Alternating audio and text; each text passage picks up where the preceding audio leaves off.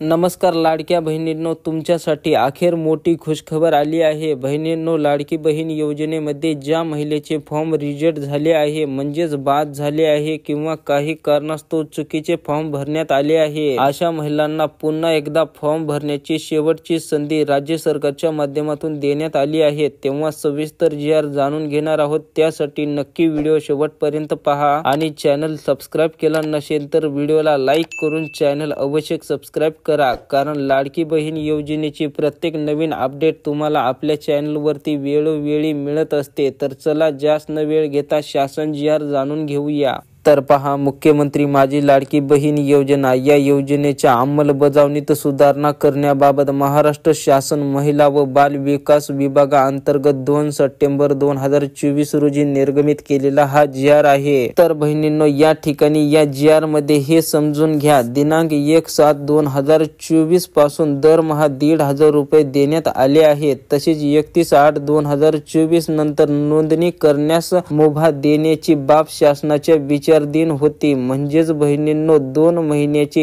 एकत्रित 3,000 रुपये देण्यास सुद्धा आले आहे। तसेच बहिणींनो, आता शासन निर्णय काय आहे ते पहा। मुख्यमंत्री माझी लाडकी बहीण योजना या योजनेअंतर्गत राज्यातील सर्व पात्र महिला लाभार्थ्यांना माहे सप्टेंबर 2024 मध्ये या योजनेअंतर्गत नोंदणी सुरू ठेवण्यात मान्यता देण्यात येत आहे। म्हणजेच बहिणींनो, 1 सप्टेंबर ते 30 सप्टेंबर पर्यंत फॉर्म भरण्यासाठी शासनाने मुदत वाढ दिली आहे। तर अशा प्रकारे बहिणींनो, या लाडकी बहीण योजनेमध्ये काही कारणास्तव चुकीचे फॉर्म भरण्यात आलेले किंवा रिजेक्ट झालेले फॉर्म तुम्हाला आता 1 सप्टेंबर ते 30 सप्टेंबर पर्यंत केव्हाही नव्याने फॉर्म भरता येणार आहे। आणि ही महिलांसाठी मोठी आनंदाची बातमी आहे, म्हणजेच खुशखबर आहे। व्हिडिओला लाईक करा आणि चॅनलला सबस्क्राइब केलं नसेल तर चॅनलला अवश्य सबस्क्राइब करा। भेटूया पुढील नवीन एका व्हिडिओमध्ये। धन्यवाद।